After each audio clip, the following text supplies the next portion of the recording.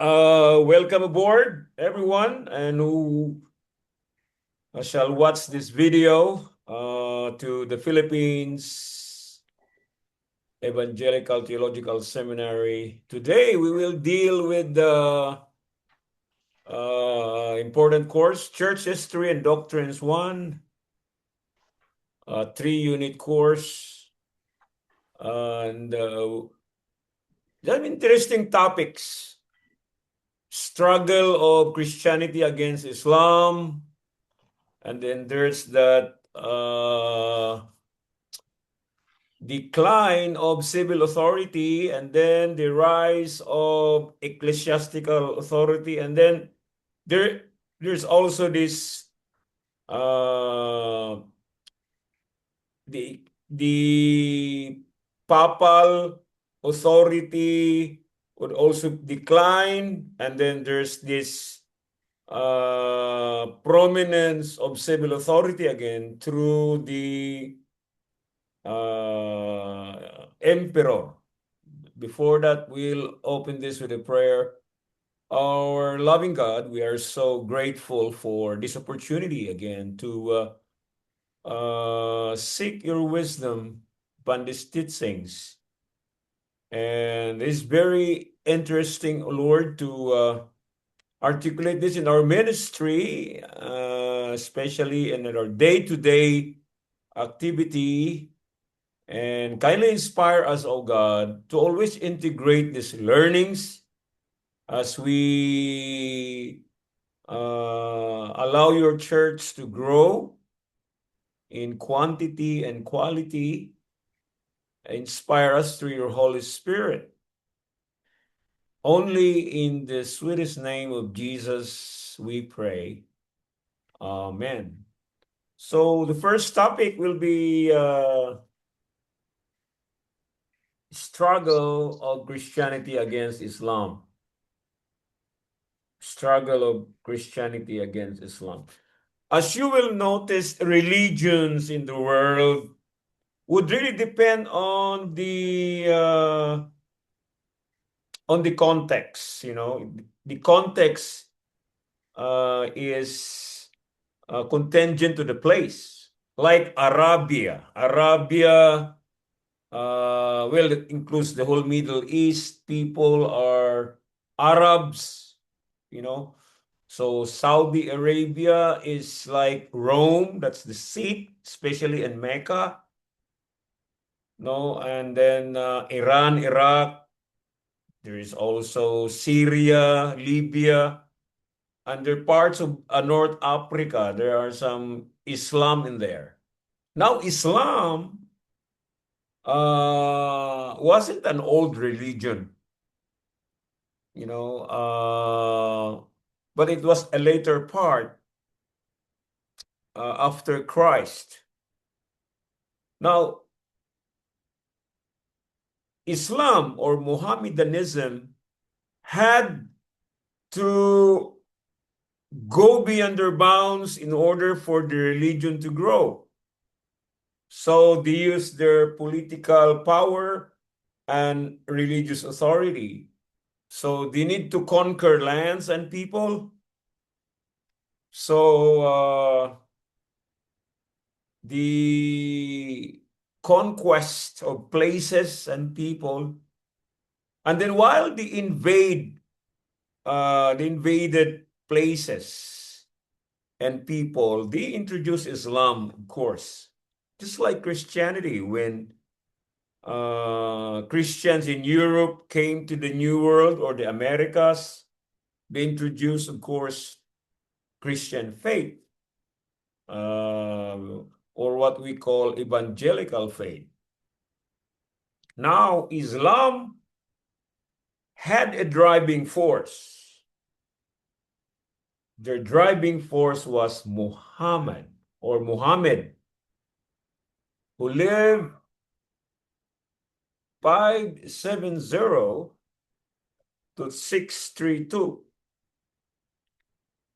Muhammad, you know, is a very religious person. So in Arab term, God is Allah. So we have our own language. In Ilocano, we call it Apo Dios. Tagalog, we call it May Kapal. So that's simply an Arab or Arabic term. Allah means God. Okay? And what is synonymous to this religion, Islam, alongside Christianity and the Jewish religion or Judaism, is that these three religion, Islam, Judaism, and Christianity, are both monotheist. They believe only in one God. While religions surrounding them were polytheist. They believe in many gods. All right? So during the invasions of Islamic forces, well, just like I told in the past online lectures, Christianity had already been divided. The seat of Rome and the seat of Constantinople. The old name of Constantinople was Byzantium. Byzantium. So we call it Byzantine Empire, meaning it is the seat in Constantinople. It was Emperor Constantine who named Constantinople, meaning in his memory. So, ang tawag dito sa Bishop of Rome, and then there's the Patriarch of Constantinople, of the East and the West, okay? Western Christianity represented by Rome, and Eastern Christianity represented by Constantinople. Its old name was Byzantium. So when you hear the word Byzantium, it means it's just the empire or the ecclesiastical authority of the East. So when Islam had their forces invading places and people, it was so easy for them to invade because Christianity was divided. Christianity was divided. So particularly in Rome, Constantinople couldn't just defend also Rome because they're separate. No, they're separate. Now,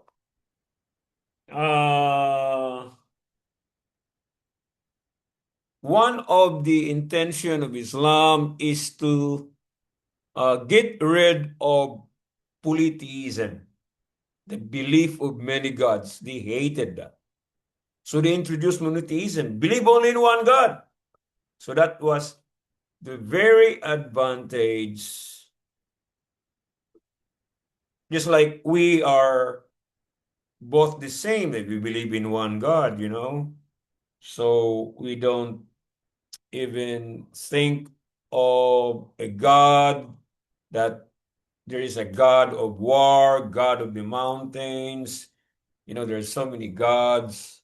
But we believe only in one God. Monotheism, that's what we call it. So even in Mecca, in Saudi Arabia, they have problems of idolatry wherein Arab people, were influenced by their neighbors. That there are really gods, But when Muhammad emerged as the founder of Mohammedanism or Islam, by the way, Islam comes from the Hebrew word shalom, means peace. Just like a greeting of a Muslim, Assalamu alaikum wa salam, meaning it's just peace be with you. Shalom. So these are peace loving people. But It's just because of their motive to expand territories and convert people to Islam, they were compelled to invade, to conquer. So, well, violence is just part of humanity.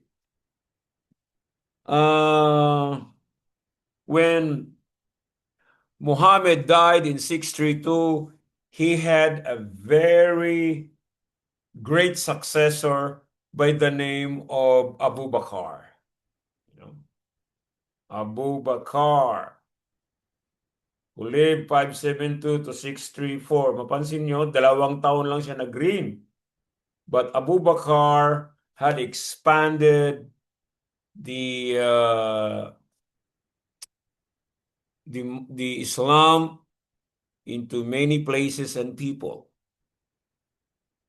So Abu Bakr defeated the Byzantine armies in the east. You know, they took Damascus, north of Israel. There are Christians there. And then invaded Jerusalem in the year 638. Namatay na noon si Abu Bakr, kaya lang talagang even if their leaders were gone, especially Muhammad, the, their leaders continue to be their driving force. Meron na yung Quran, yung kanilang parang Bible sa atin. And every teaching, every writing of Muhammad was really very influential to their lives. That's why they expanded Islam. You know, even in North Africa and Egypt, they took Alexandria, the seat of intellectualism among Christians, Christian leaders, or church fathers, you know. They even defeated Persian Empire in 651. And Carthage in Africa fell to the Muslims in 695. And this is really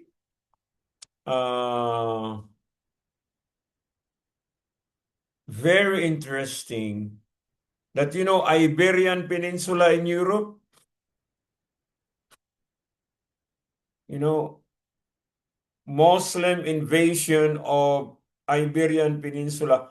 Iberian Peninsula is composed of Spain and Portugal. Iisa pa noon. Lang nahati na yon. Merong Spain, merong Portugal. Pero iisa lang noon. Iberian Peninsula. Okay? For 781 years, ang tagal noon. Nakuha nila ng 711 hanggang 1492, Common Era. Tagal nila sa Spain, sa Portugal. Kaya, if you're a tourist and it happened, you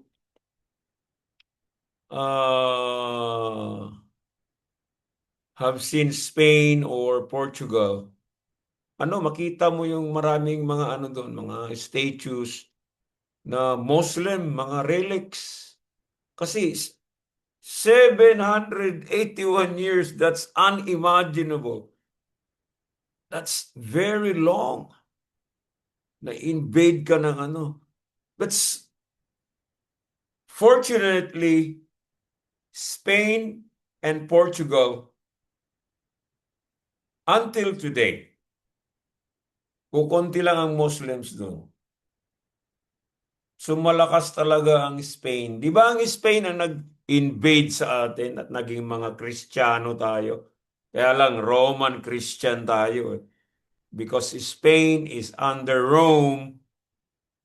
So inintroduce sa atin 1521 until 1898. Tagal. Almost 400 years din, Kaya malalim ang ating pagka-Romano Katoliko. Yung influence talaga ng mga Spaniard sa atin. Kaya tingnan niyo yung mga apelyido natin, no? Karamihan Spanish sa amin. Guzman, di Guzman. Espanyol talaga yan, ha?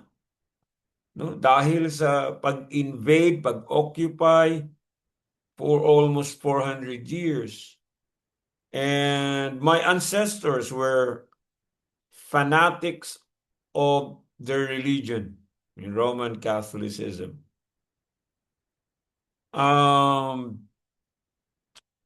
So, yun ang nakapagtataka talaga, nakatagal nila sa Spain and Portugal. Yet today, Portugal is a Christian country and Spain is a Roman Catholic country, and minority only represents minority yung mga Muslim doon. Tulad sa Pilipinas, Muslims are regarded as minority. Christians pa rin ang majority. So, nagkaroon ng ancient centers ang Christianity sa number one in Jerusalem. That's the first mother church of Christianity. No, Antioch Christian Church was where the word Christians was mentioned in the Bible, in the book of Acts. In Damascus, ayan. If I ask you, Damascus, anong nasa isip nyo? Sinong renowned na apostle na ma-remember nyo? Si Paul. Paul, doon siya na The road to Damascus. And then, of course, in northern Egypt, Alexandria and Carthage. So, wala na. Yung humina na rin ang Constantinople because of the Arab invasions. Ang laking epekto nun. No? Ang laking epekto talaga. Now, the next topic will be why is it that the Bishop of Rome became Pope? You know? First of all, it was Emperor Valentinian pala, the third.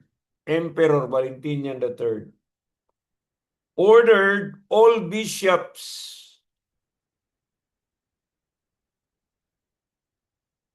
to submit to Pope Leo the first, bishop ng Rome yan, submit to Pope Leo's authority.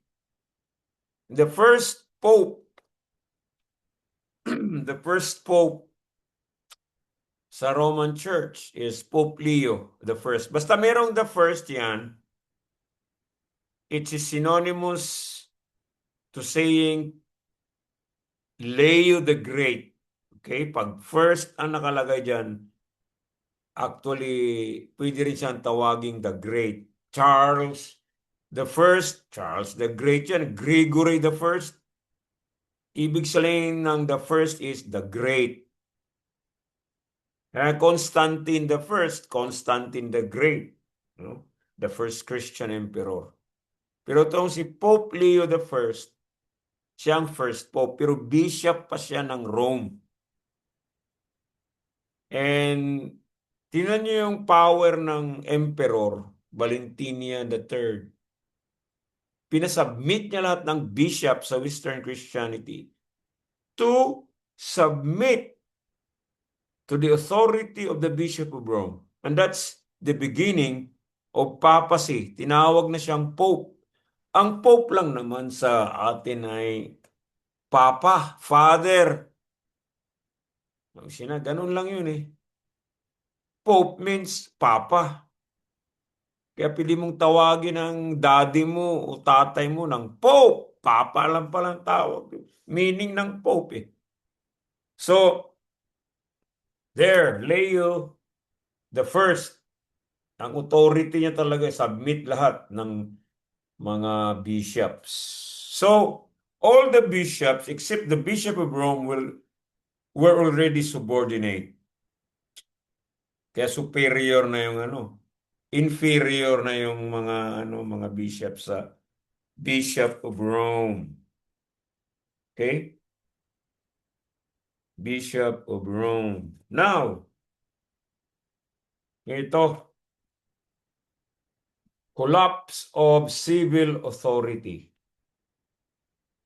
The collapse of civil authority.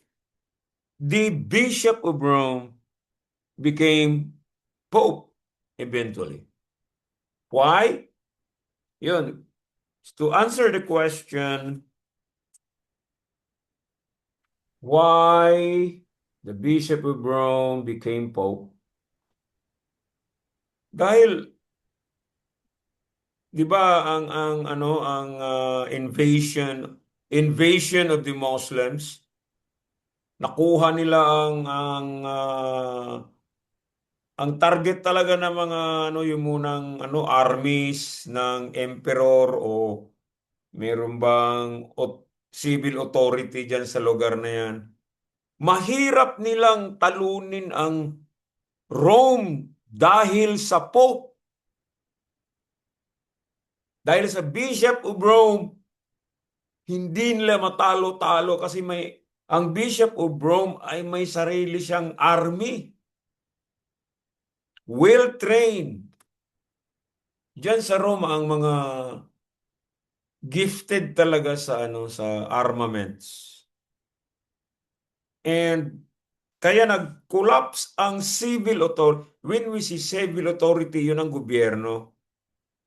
Kaya humina talaga ang moral ng civil authority. Tumaas. O ito yung ecclesiastical or the religious authority. Tumaas ang kanilang moral. Bumaba ang civil authority.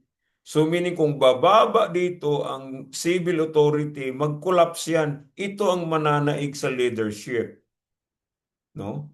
Dapat go hand in hand sila, kaya lang minsan merong miscue sa civil authority, natatalo sa mga giyera. Pero ito, may sariling army. No? So there's this collapse of civil authority. One of the reason was the Petrine succession, dahil ang una nila talagang ang doctrine ng Roman Catholic Church, St. Peter is their first pope sa Bible. Nasa Matthew 16:18. Dahil sa sinabi ni Kristo, upon this rock, Peter, I will build my church. Dahil doon, paniniwala nila, leader, pinakamataas na si St. Peter, pero tayo ng mga protestante, evangelical, hindi talaga tayo naniniwala diyan. And that's their doctrine. That's how they interpret the Bible. It's only the priests, the clerics, the clergy who can interpret the Bible. Kaya hindi nila pinapabasa yung mga common people. Okay? Now, when papacy became prominent, mas mataas na sa civil authority. Ang problema sa papacy, kapag namatay na yung Pope, ang problema, yung papalit, iba ang kanyang moral life. Magkaiba-iba. Problema nila, kasi ngayon, mapili talaga ang the best na Pope dahil galing sa mga cardinal. Talagang, they will really, anong tawag dyan? Mas train talaga yung magiging next Pope. Pero noon, they didn't realize kasi bishop dapat bishop ka. Ngayon, dapat cardinal ka na ngayon. But this is church history. Kailangan balikan natin nakaraan. yung susunod na maging Pope, bishop din. O kaya nagiging na-mold siya as bishop. So, nagkaroon din ng moral decline ng papacy. No? Karoon talaga ng moral decline. And one of the nagpataas ng moral, ito, last na si Gregory the First or Gregory the Great, the first interpreter of Augustine. And then he supported Benedictine monks. Kasi ito mga monks ng monasteries, siya ang tig-revive ng moral life ng mga tao. Kasi ilalayo ka talaga sa kabihasnan upang hindi ka magkasala. Yan ang ng monasticism. Yan ang trinabaho talaga ni Gregory the Great. Yung moral life ng mga tao. Kaya tinawag siyang Gregory the Great. You know? Siya ng pinakamahuli na papal prestige. Na itinaas niya talaga ang papal prestige. And then there was this Justinian the Great. Okay si Justinian. No? Okay siya dahil his dream was to unite the two empires together, the East and West Empire. A dream to a single empire. Gusto niya pag-isahin. Kaya lang nagkamali sa yung dream na yon. Gumamit siya talaga ng maraming pera. Para bang si President Marcos Jr., para gagandang image niya, kailangan makagastos siya ng maraming pera, gastusan niya para itaas ang moral niya. Pero naubos ang pera. Yun ang problema kay Justinian. Justinian the Great, no? Gusto niyang ibalik ang single empire. But wala, hindi. Namatay na lang siya 565. Hindi talaga nagkaroon ng unity o nagkaroon ng union ang Rome at saka Constantinople. Ayun. Nagkaroon ng moral decline talaga ang papacy. Yun pa, ang yung mga practices ng papacy, mga pope, na buying and selling of offices and sacraments. Yun na, ang ng moral magiging leader, tulad nga ni Presidente Marcos. A leader is always vulnerable to corruption. Why? Because the money is always there. Plenty of money. Yun ang pagkakamali ng mga pope, mga emperor, na magamit, kahit mga pastor. Kaya hindi maganda sa atin na mag-involve tayo sa finance ng church. Huwag talaga tayong iwasan na natin para kasi di ba ang root of all evils ay love of money. Diyan tayo minsan ma-down tayo sa ministry because of the love of money. All right? So reform began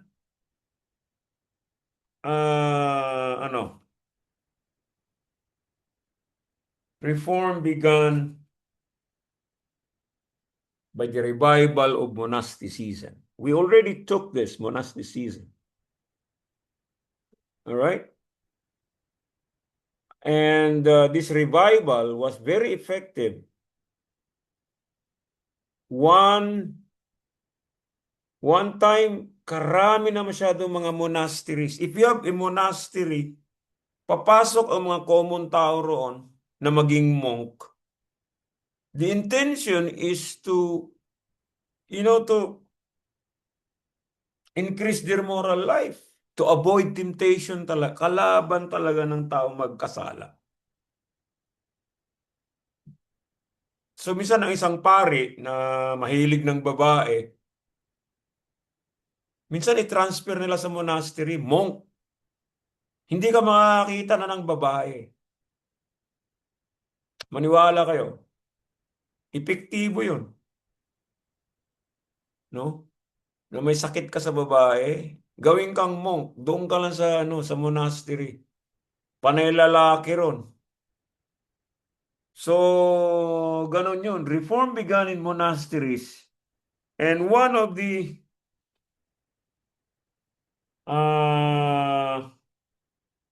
famous monastery that led hundreds of monasteries was the Cluny movement. Cluny is a city of France. You know? Tandaan niyo yan, huwag niyong kalimutan yung word na, yung place na Cluny. In France. Okay? Cluny movement. There were thousands, hundreds of monks dahil sa influence ng monasticism. Because everyone were committing sins. Hindi maiwasan talaga na matalo ka sa temptation. Money, power, women, vices like drunkenness, di ba? May mga illegal means. So, yun pa talaga. Isa nang sumunod dyan yung pag-declare nila ng celibacy. And men as we are, madalas talaga kahinaan natin babae. Ganon tayo minsan. Lalo yung mga marriage natin mahina o mahina tayo sa relationship. Ganon talaga ang ating ministry. Kaya celibacy, that's one of the reasons why if you become a priest, you need not to marry. Hindi pinayagan hanggang ngayon sa Vatican. You know? So, daming reforms. Daming reforms talaga. And kita niyo yan, si Charlie Main. Charlie Main support. We will deal next with Charlie Main. He was a very successful emperor na nagkapangalan sa history of Christianity. Charlie Main. Ayun. He supported the Cluny movement. He supported the Benedictine monasticism. He supported reforms na kailangan talaga mag-celibate ang mga pare. Okay. Let's deal with this first.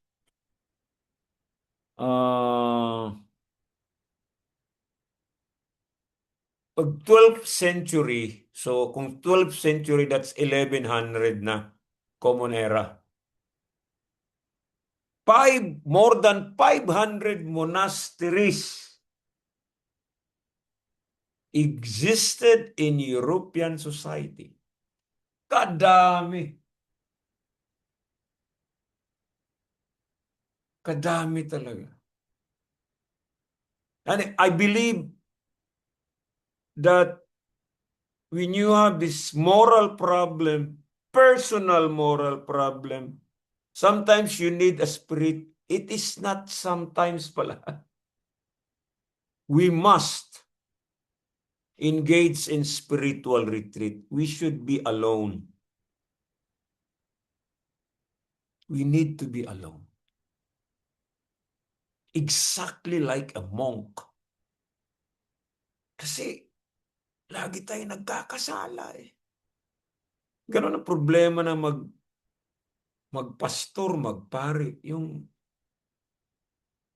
Meron na nga akong bago lang pinost sa Facebook na ano yung ito'y para sa mga taong nasa ministry na may tinatagong kasalanan.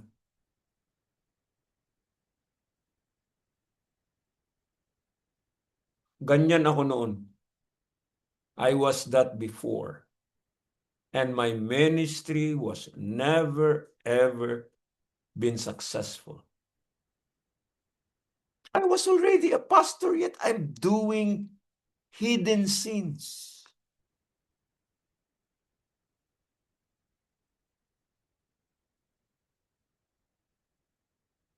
Very bad.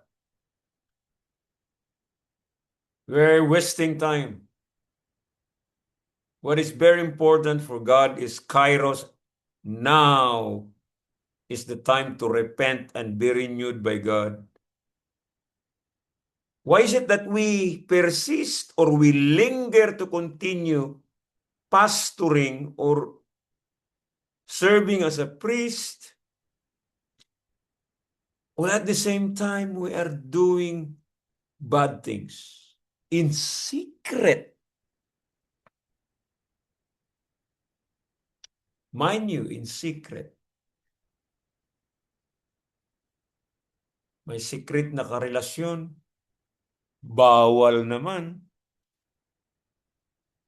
May tinatagong puot sa kapwa. Kapwa pastor. Kapwa Kristiyano. Hindi makapagpatawad.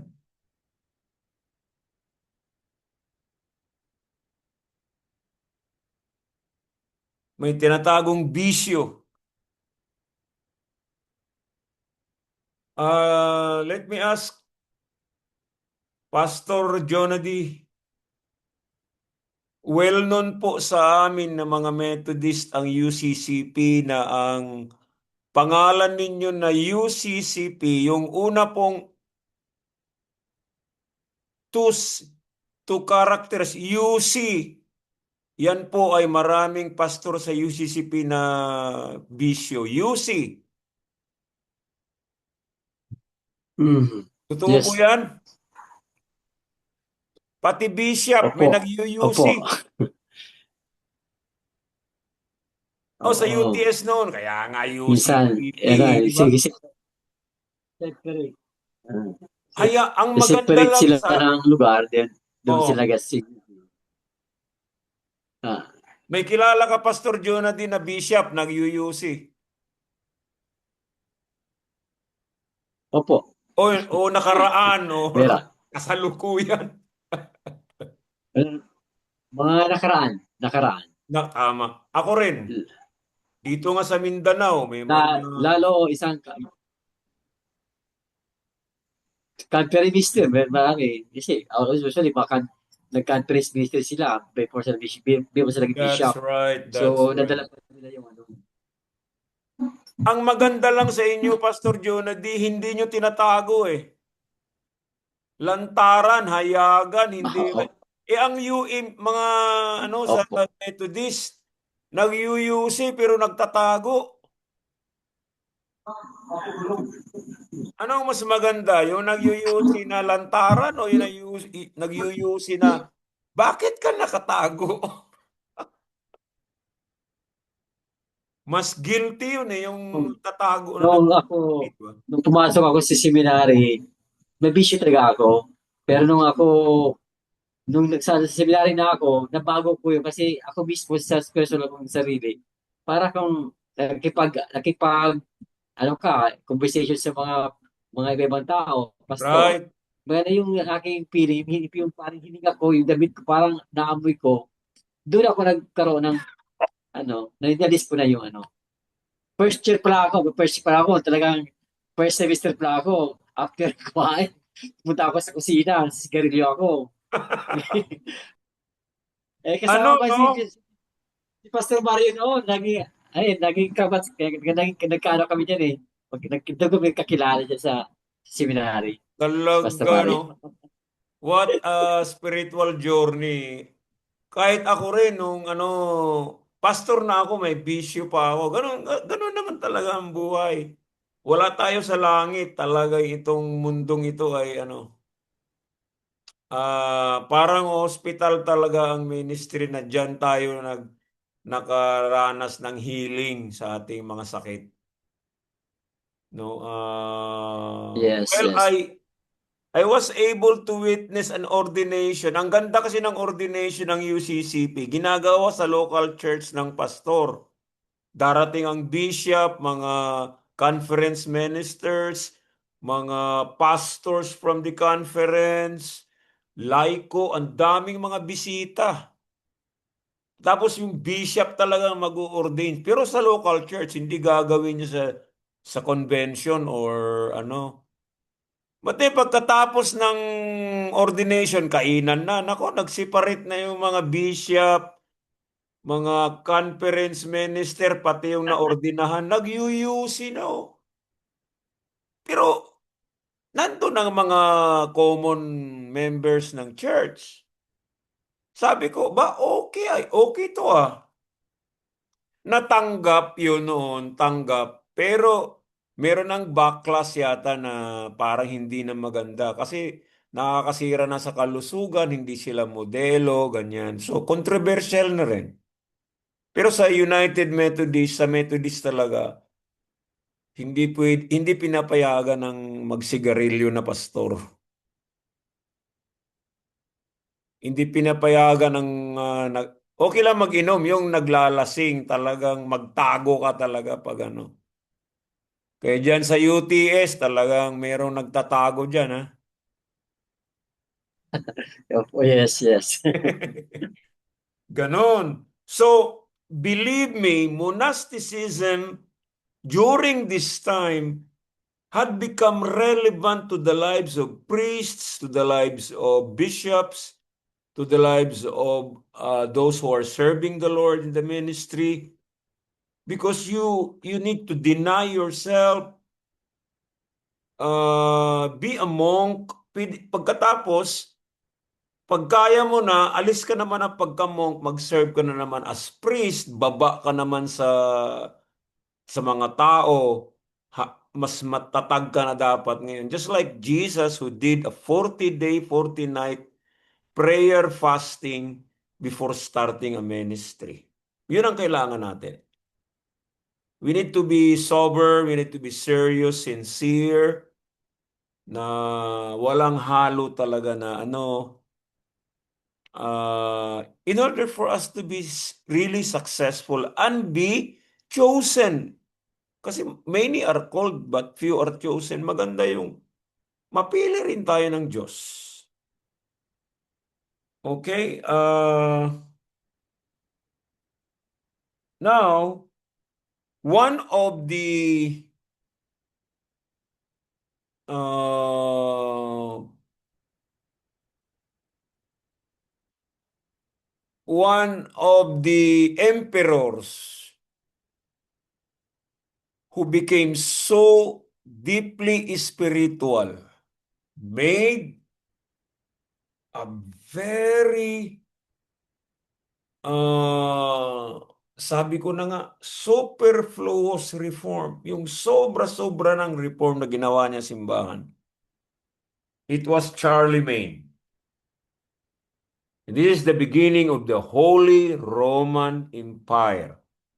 Christmas Day of year 800, he was anointed as emperor by Pope Leo III.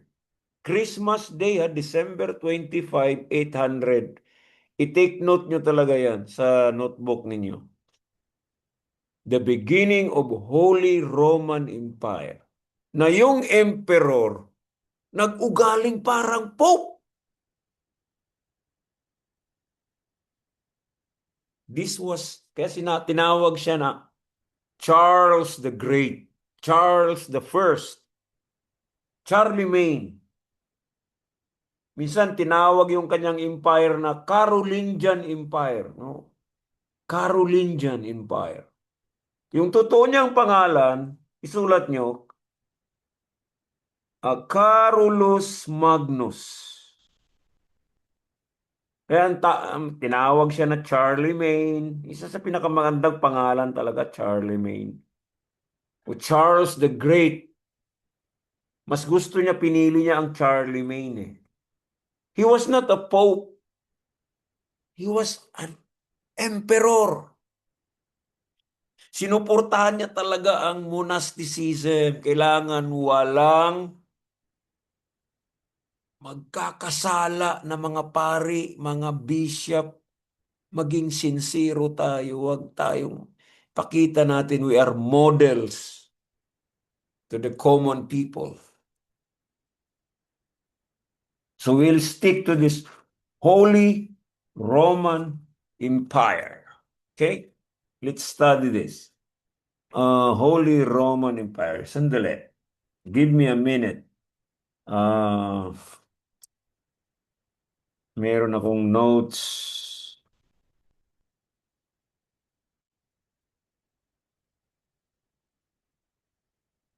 Yan, kopyahin nyo yan ha. Carolus Magnus.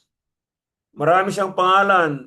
Charles the First, Charles the Great, Charlemagne, Carolus Magnus. That's the real name, all right? Saan na yun? Ito. Galing siya sa Carolus Magnus hailed from Germany. Mga doon, yung tawag sa kanila Franks. Frankist region. No? Nasa malapit yan sa France. Magkatabi kasi yung Germany at saka France. Doon siya galing. No? So when you say Holy Roman Empire, pag sinabi mong Holy Roman Empire,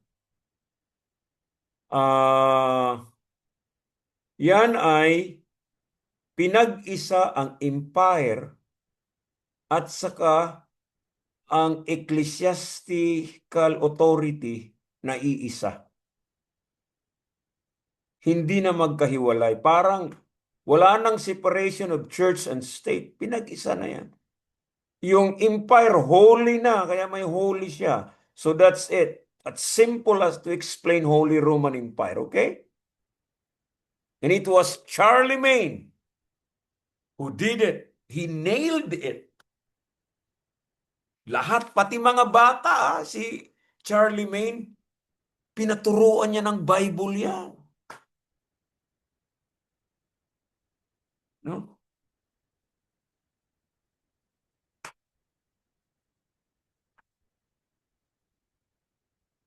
So, he was born in the year 768 and he died in the year 814 Common Era. Pero yung kanyang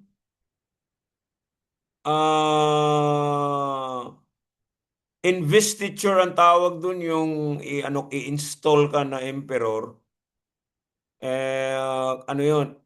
Christmas Day of year 800. December 25, 800. So that was a historical moment. Monumental talaga sa history of our church. Na isang tao, pinag-isa niya talaga yung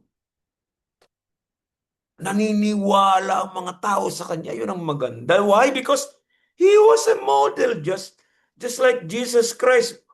Why was it that multitudes of people followed Christ and they listened to him? Dahil sincero siya. Wala siyang bisyo. Hindi siya nambababae. Hindi siya nangungurakot. Hindi siya naiinggit. Wala siyang puot. Hindi siya naghihiganti. Nagfo-forgive pa siya. But if you are the leader and you are unforgiving, you have an unforgiving spirit, people will not listen to you. Believe me. Parang naipanganak ulit si Kristo kay Charlie May. So bumalik yung beauty ng empire at saka ng church. Di ba nagkaroon ng papal decline, tapos the collapse of civil authority. Binuhat yun ni Charlie May. Both civil authority and ecclesiastical authority. Kalain mo pati mga bata, nagsimula na siya sa mga bata, kaya sa ating yung lecture ni Dr. Ezekiel Adijuan on child evangelism, Charlie May exactly did that. He taught the children how to read the Bible, how to study the Bible, and how to be a true Christian. Even young people, because Charlie May saw that the young ones are not only the church of tomorrow, they are the church of today. One of the brilliant monarchs in history.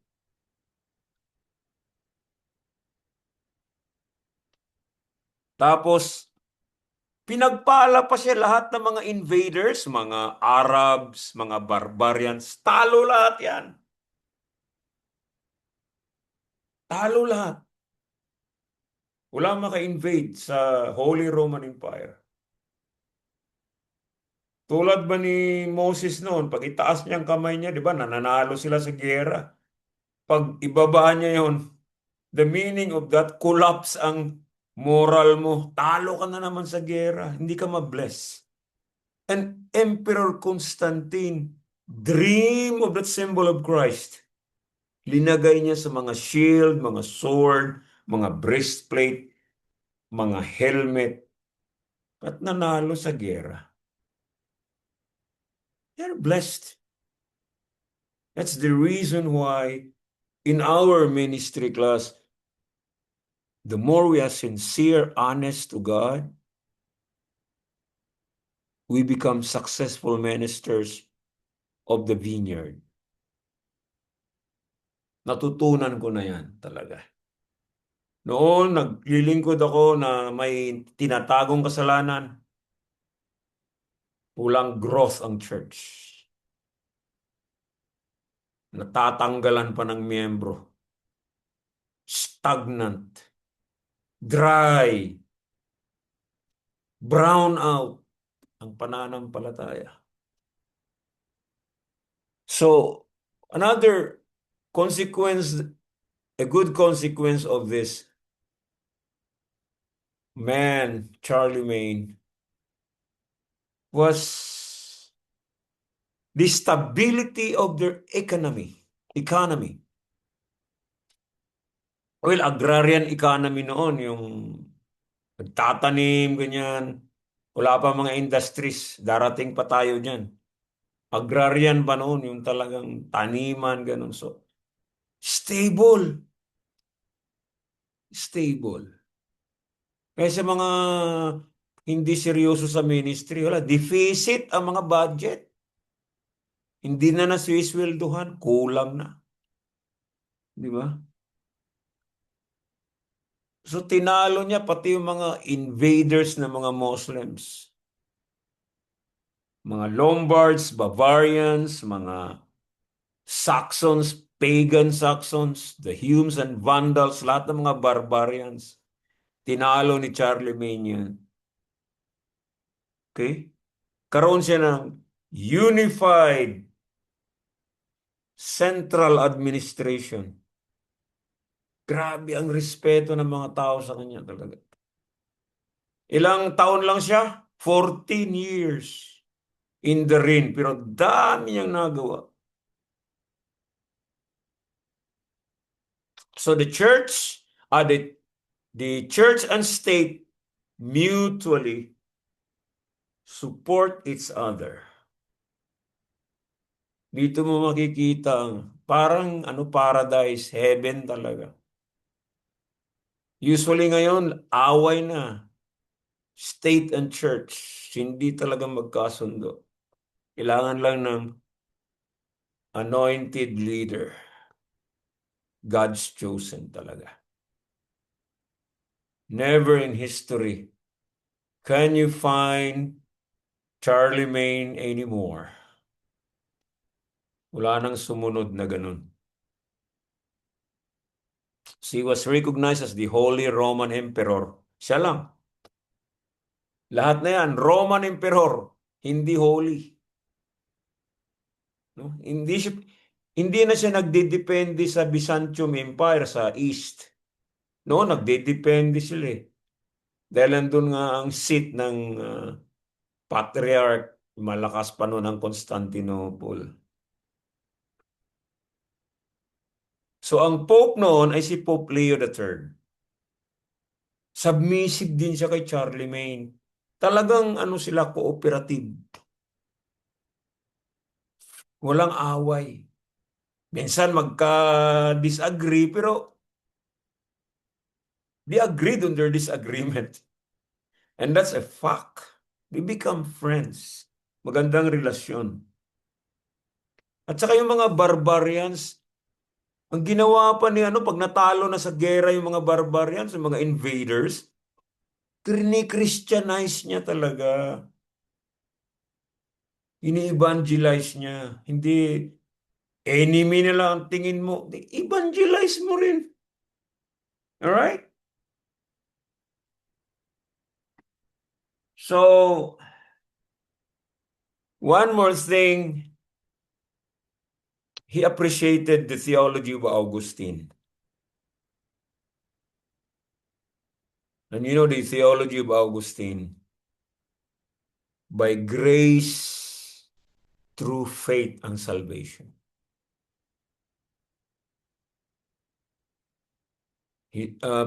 Charlemagne supported that we are only pilgrims of this world.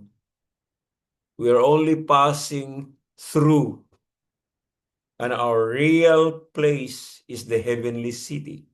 We must do good in this earth. Okay?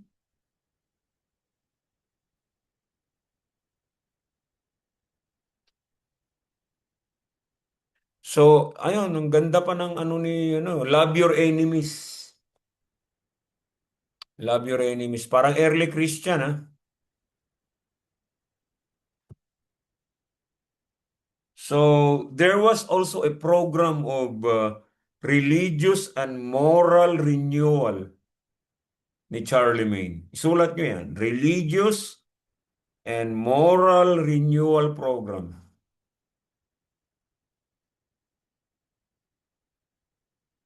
Ang number one niya tinuturo, spiritual regeneration.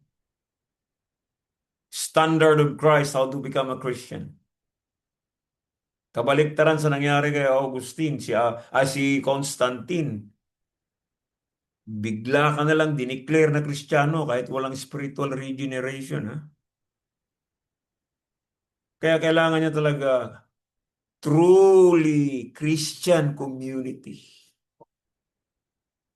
Kung pwede lang lahat tayo magkaroon ng spiritual regeneration. Tinuro niya yan, pero ginawan niya ng Bible study material. Ha? Simula sa mga bata. Gawan kaya natin yan. Kung paano lahat sana ay magkaroon ng regeneration. Lahat sana tayo magkaroon ng born-again experience. How will you do that? It's the pattern from Charlemagne. Religious and Moral Renewal Program. May material yan. Ang galing niya nga. Writer pa siya. So nagkaroon ng literacy. Una, inano niyang literacy of the people, pati mga bata, kailangan marunong magbasa, sumulat, ganyan.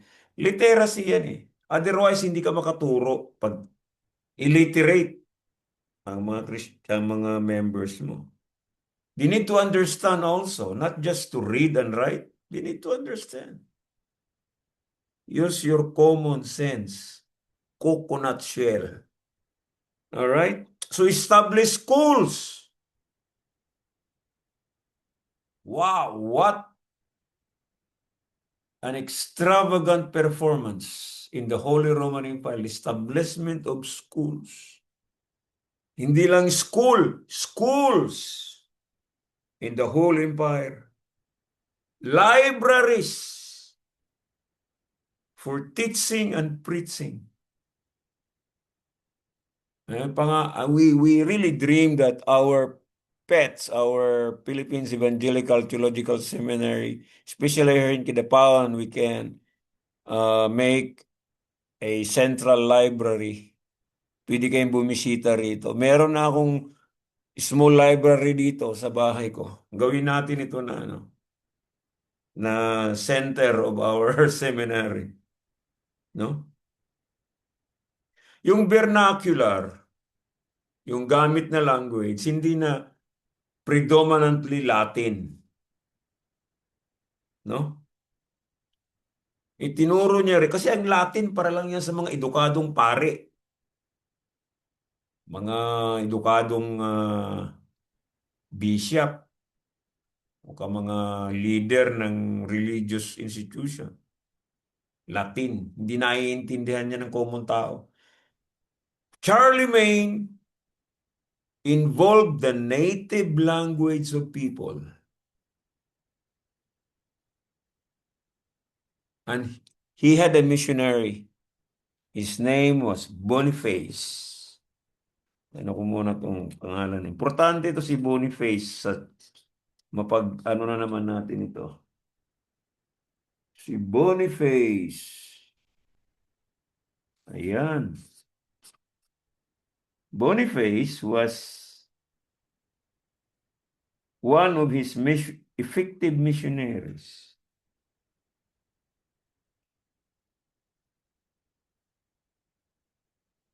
Boniface. Missionary yan ni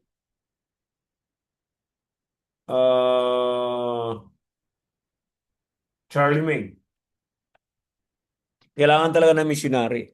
Dahil meron ka ng schools, meron kang libraries. Okay, meron kang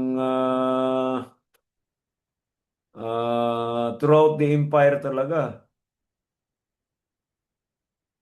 Kailangan ka ng mga head missionary si Boniface.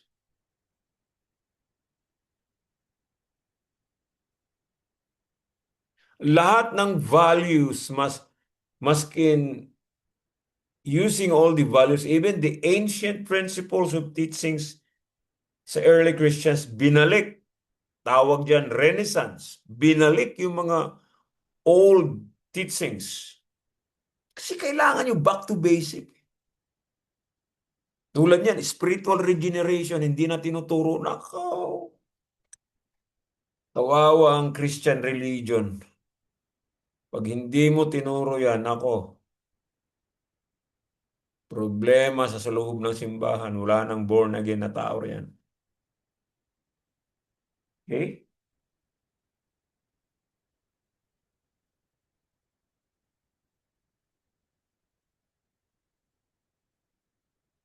Alcuin, importanteng tao rin ito.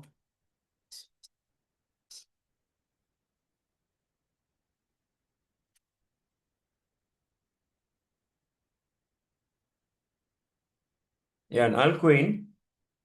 Alcuin was the head of the palace school. Kasi yung emperor may palace siya. Pero yung palace niya may eskwelahan. Ito si Alcuin ang head ng palace school. Mga bata, mga youth, adults, mga pare, no? Nasa palasyo. Meron siyang academic din. Ayun o, si Alcuin. Okay? Tinuturo niya sa mga schools yung biblical studies. Ayan. Liturgical studies. Lectionary, yung mga ano natin. Uniform talaga yan, yung mga seasons. Di ba? Mag-opening siya ng Epiphany sa January. Pagkatapos, sunod dyan ay ano na, Lent, Easter tide, mga ganun. Kingdom tide, mga ganun, di ba? So, ang haba ng Kingdom tide o Pentecost, ganun. Yun. Hanggang Advent ulit, Christmas tide. Alright? Tuturo rin siya ng Latin kasi kailangan pag-aralan niyang Latin eh. No? Sa Roman Catholicism. Pero native tongue ang mga ano sa schools. Kaya lang pag-aralan na pa rin ang Latin. Grammar. Para hindi naman pahiya. Magandang grammar. Mathematics, literature. No? Meron pa siyang architecture. Naku, napaka ano talaga si, All right, that's the end of our lecture today. Anong meron kayong mga question?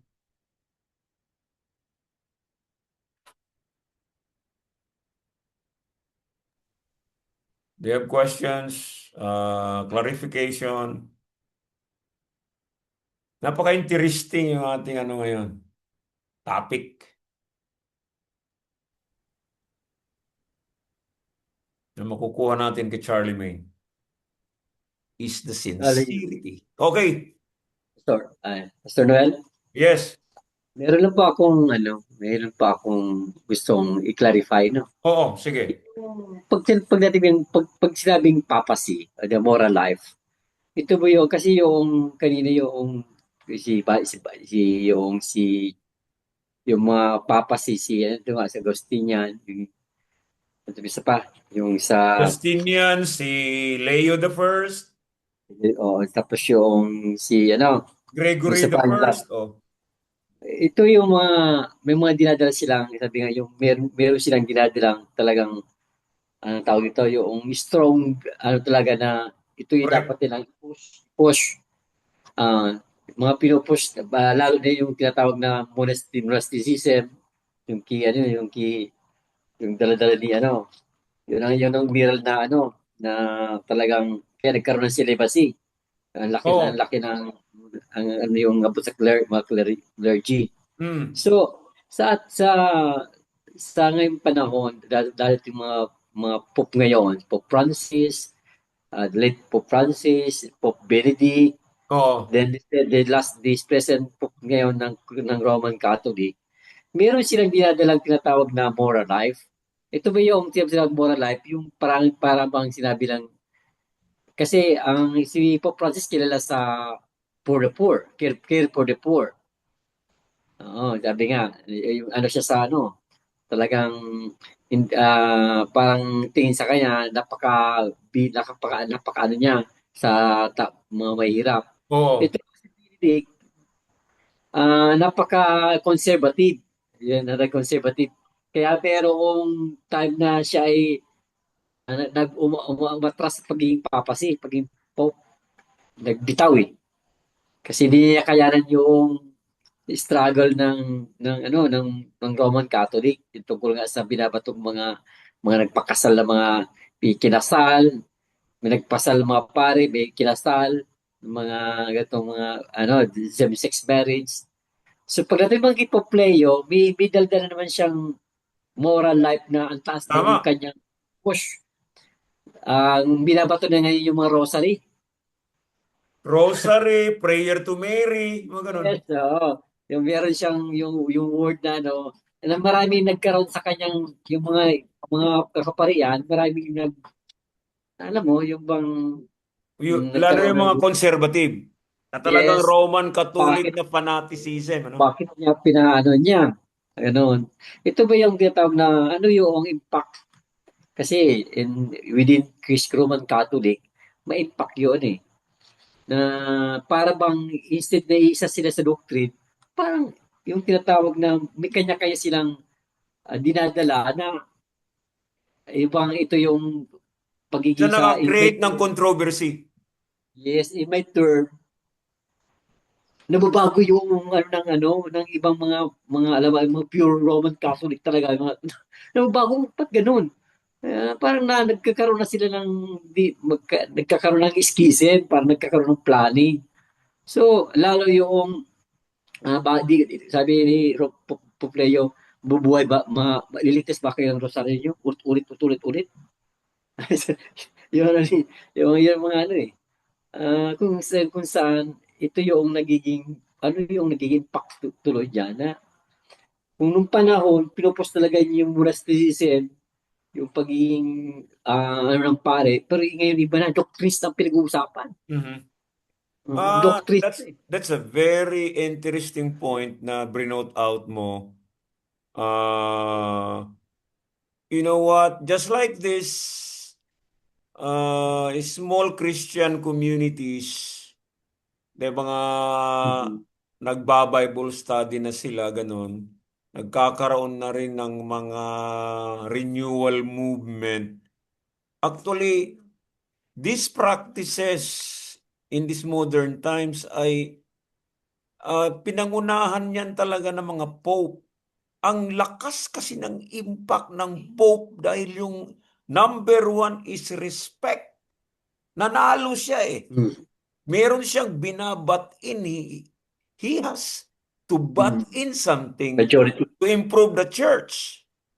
Now, nakita ni Pope Leo, ano kayong Pope Leo yung bago ngayon? 60 ay 16? Nakita niya 60. ngayon na hindi na epektibo yung mag-pray ka pa kay Mary sa rosary. Wala na, parang ano na yun, napagdaanan na yan na hindi na epektibo. Dapat direct to God na tayo kasi mas epektibo yun eh. Yun nga. They're becoming evangelical now. Ang gusto ko lang marinig sa mga leaders ng Roman Catholic Church, ang Pope kasi, pag nagsalita yan, talagang ang impact niyan worldwide eh. Yes, Maniwalat yes. ka man, sumunod ka man sa hindi, nakita niya kasi yun. Kasi pag naging Pope ka na, mag-travel na ang mind mo how to improve the church in general. Mm, How mm, to be serious in the ministry and in the church, in the kingdom of God. Kaya naka-base kasi sa American kasi si Pope Leo ngayon eh. Sa Amerika, it's not a Roman Catholic country ang Amerika. It's an evangelical country. mm. Mas marami doon ang evangelical. Yes. Minority doon ang mga Roman Catholic. Roman Catholic.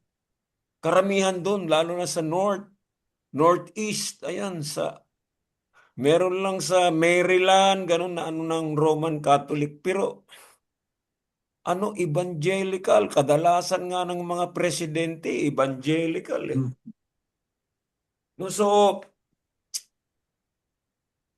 the Pope is not thinking,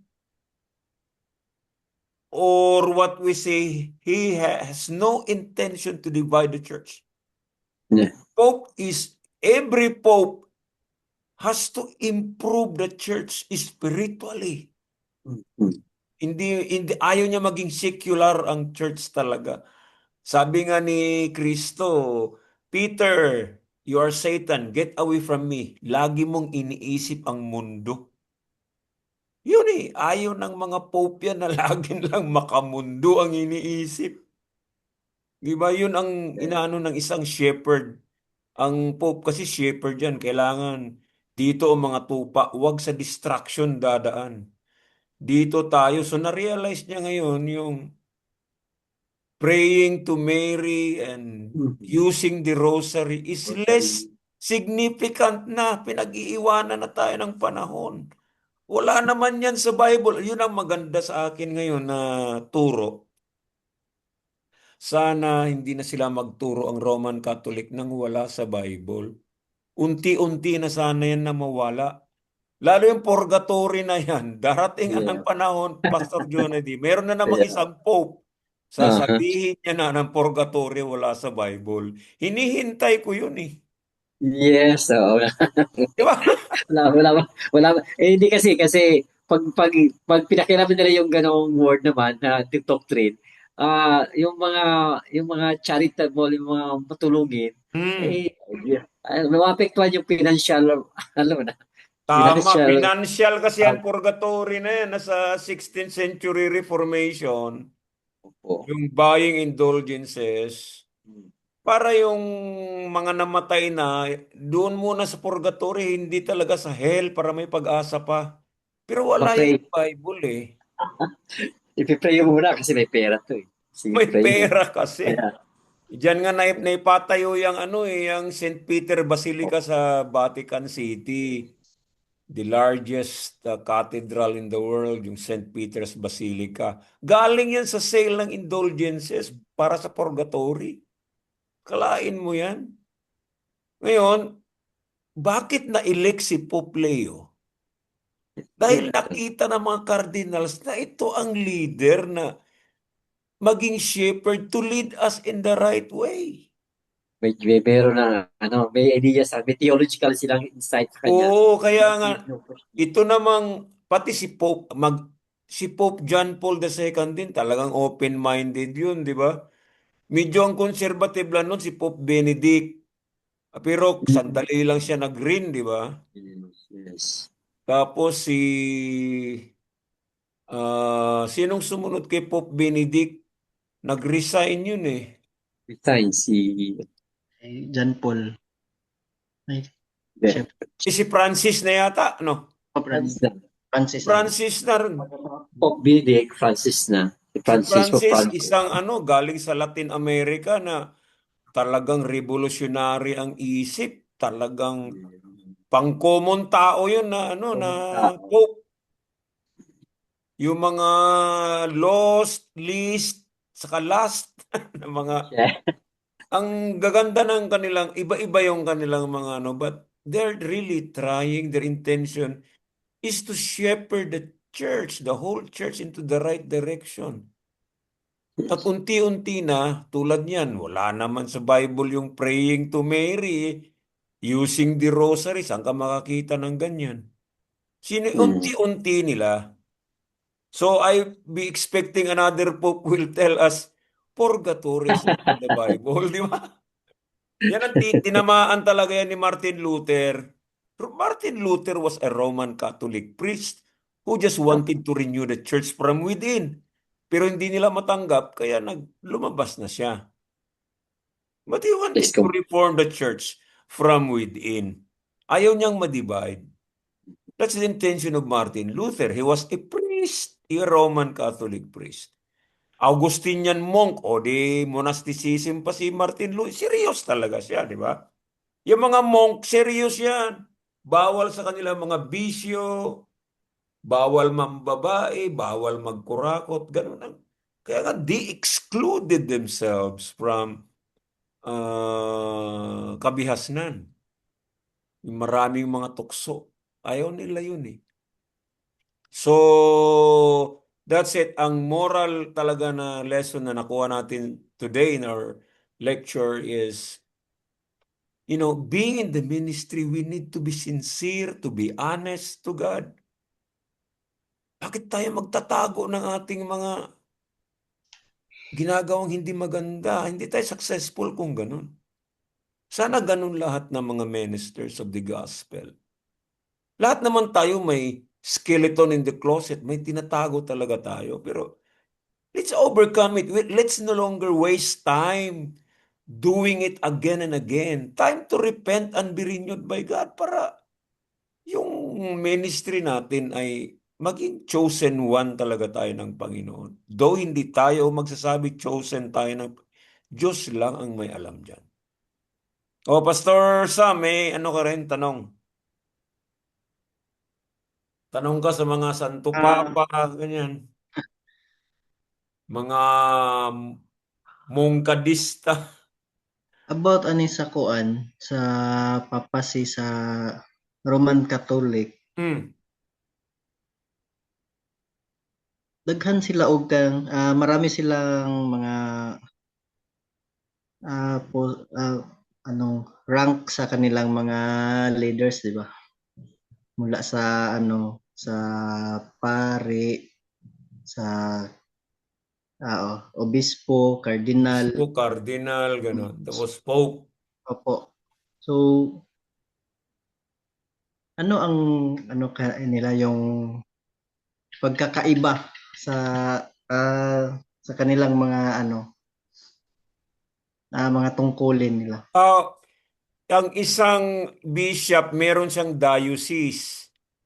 Sa atin yan, Episcopal area, di ba? Tulad din sa may scope sila eh. So they are overseeing the faithful and churches in particular. Tapos yung cardinal, mas malawak na yun. Cardinal of Cebu, ganyan. Pero hindi na yung diocese. So, ang respect tumataas na do. Magsalita ang isang cardinal, respetado talaga yan. Mm. Tapos yung worldwide na talaga yung pope. Pipiliin ka ng mga cardinal. Ewan ko sinong pumipili ng mga bishop, mga pari kaya. Hindi kasali ang mga common tao sa pagpili ng mga pari eh. Pari pa rin ang magpipili sa kanilang kapwa pari na maging obispo, maging cardinal. But only cardinals can elect a pope. Mm. So yung si Cardinal Vidal, yung diocese maliit lang yun, di ba? Diocese of Kidapawan, yun. May bishop dyan, may opisina siya sa, may residence ang bishop. So, hindi malawak yung kanyang i-oversee. Yung mga overseer talaga. Kung pare, yun, kura parokod, meron kang parokya, yun lang, simbahan, yun lang. Dala Parang, mong baryo, yun lang ang parang, scope. parang local church pastor. Oo, yan. Kaya lang, dala mo yung mga baryo eh. Kasi walang ina-assign na pari sa baryo. Yun ang kura paroko ng Kidapawan. Siya na rin. Yun. Mabuti na lang ngayon may mga na sila, mga kaabag. Buti may mga kaabag. Yun na yung parang natin, mga lay leader. Mm. Mga lay Lay, minister. Sa lay, UCCP, ganun din ba? lay people, mga lay May, preacher, parang assistant sa pastor, ganun. May lay leader local ang lay. tawag namin eh. Sa amin, local lay preacher. O kaya lay preacher, tama, lay preacher. Local lay preacher. Okay, very good ah. Ganun yun. So, okay rin ang ng Roman Catholic Church. Depende sa ah sa scope or sa context mo, doon ka lang talaga, hindi ka pwedeng, unless maimbitahan ka, ganun din sa atin. Tapos, pa rin, ang bishop, ma-elect pa rin yan eh. Katulad na maging cardinal ka, i-elect ka pa rin yan eh. Diba? To sa UCCP, ang bishop, ini-elect talaga yan. Ano ang bishop sa inyo, Pastor Jonah D? Mga pastor lang mag-elect? Conference minister, So meaning, designated from one okay. province, designated na isang conference minister para siya ng bishop. So Kung full hindi entire Philippines ang mag-vote sa kanya. jurisdiction, Ay, very good. Ganun sana ang jurisdiction. Methodist. Sa Mindanao, kami-kami na lang sana magpili ng aming obispo. Nga eh. For example, sa Kami, amin, pupunta pa kami ng Luzon. Di kami kilala doon. Tapos, pambihira talaga eh. jurisdictional ang sakop Oo, niya, malaki. jurisdictional. Malaki yung sakop niya hanggang Laguna eh. Ang sakop ng Southern Luzon jurisdiction. Oo, so hindi South na Bicol, pwedeng yung, Mindoro, oo. may Laguna, may Cavite, may Laguna and Quezon. So ilang jurisdiction sa whole Philippines? Ang Marami pong jurisdiction ang So, UCCP. bawat jurisdiction, isang bishop. Opo, Naku, sa bishop. nakarami yung bishop, no? Yan, marami talaga. So, ilan na ang ano nyo ngayon sa kasalukuyan? Ilan ang babaeng bishop? Ang alam, yung pakalam ko, ano pala, dalawa. Dalawa pa lang. Dalawa, okay. Dalawa pa lang. Sa amin, first time pa lang kami naka-obispo ng babae. From dyan sa, bishop from dyan sa Mindanao. Babae. Ganon, ang tindi. So, ang Mindanao naman, hindi lang isang jurisdiction, no? Hindi lang po. Oo. Kasi malawak ang Mindanao. Malawak. Okay, hanggang dito lang tayo. Ano na naman? Bukas naman, Thursday. Christian ethics at saka ano. Alright, have a good night. Pagulat po.